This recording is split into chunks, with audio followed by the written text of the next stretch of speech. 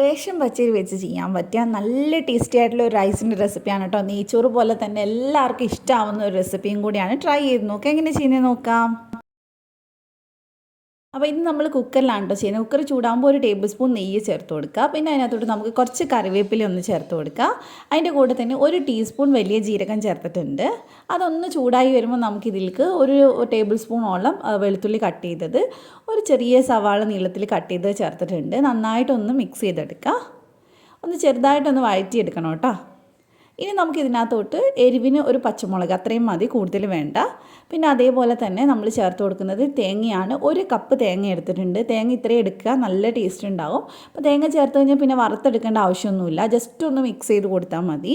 ഇനി നമ്മൾ ഇതിലേക്ക് ചേർക്കുന്നത് 1.5 കപ്പ് പച്ചരിയാണ്. പച്ചരി നന്നായിട്ട് കഴുകുക, കുതിർത്തേണ്ട ആവശ്യമൊന്നുമില്ല. നന്നായിട്ട് കഴുകിയിട്ട് വെള്ളം മുഴുവൻ വാർത്തി വെക്കുക. വെള്ളം മുഴുവൻ പോയതിന് ശേഷമാണ് നമ്മൾ ഇതിലേക്ക് ചേർത്ത് കൊടുക്കുന്നത്. എന്നിട്ട് ജസ്റ്റ് നമുക്ക് നന്നായിട്ടൊന്ന് മിക്സ് ചെയ്തെടുക്കുക.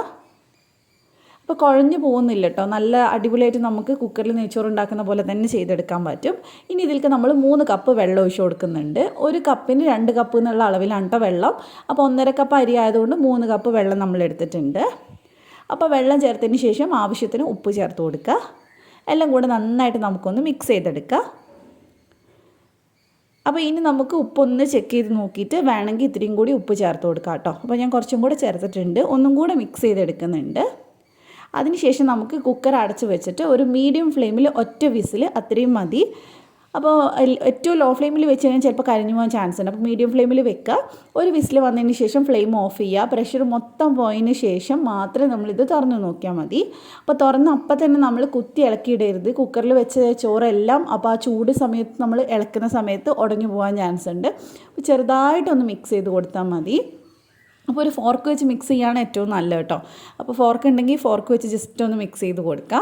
മേൽഭാഗം മാത്രം ഒന്ന് മിക്സ് ചെയ്ത് കൊടുത്താൽ മതി. എന്നിട്ട് ചെറുതായിട്ടൊന്ന് ചൂടാറിയതിന് ശേഷം നമുക്കിതെടുത്ത് സെർവ് ചെയ്യാം. അപ്പോൾ നല്ല ചോറൊക്കെ നന്നായിട്ട് കിട്ടും നമുക്ക്. അപ്പോൾ ഇത്രയേ ഉള്ളൂ, വളരെ സിമ്പിളായിട്ട് ചെയ്യാൻ പറ്റിയ നല്ല രുചിയുള്ളൊരു റൈസാണ്. പ്രത്യേകിച്ച് കുട്ടികൾക്കൊക്കെ നല്ല ഇഷ്ടമാവും, തേങ്ങയൊക്കെ ഉള്ളതുകൊണ്ട് തന്നെ. ഇതിൻ്റെ കൂടെ നമ്മൾ നെയ്ച്ചോറിന് എടുക്കുന്ന എല്ലാ കറിയും നല്ലതായിരിക്കും.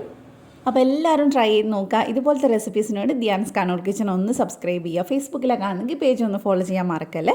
അപ്പോൾ മറ്റൊരു റെസിപ്പി നമുക്ക് നാളെ വീണ്ടും കാണാം. Thank you for watching.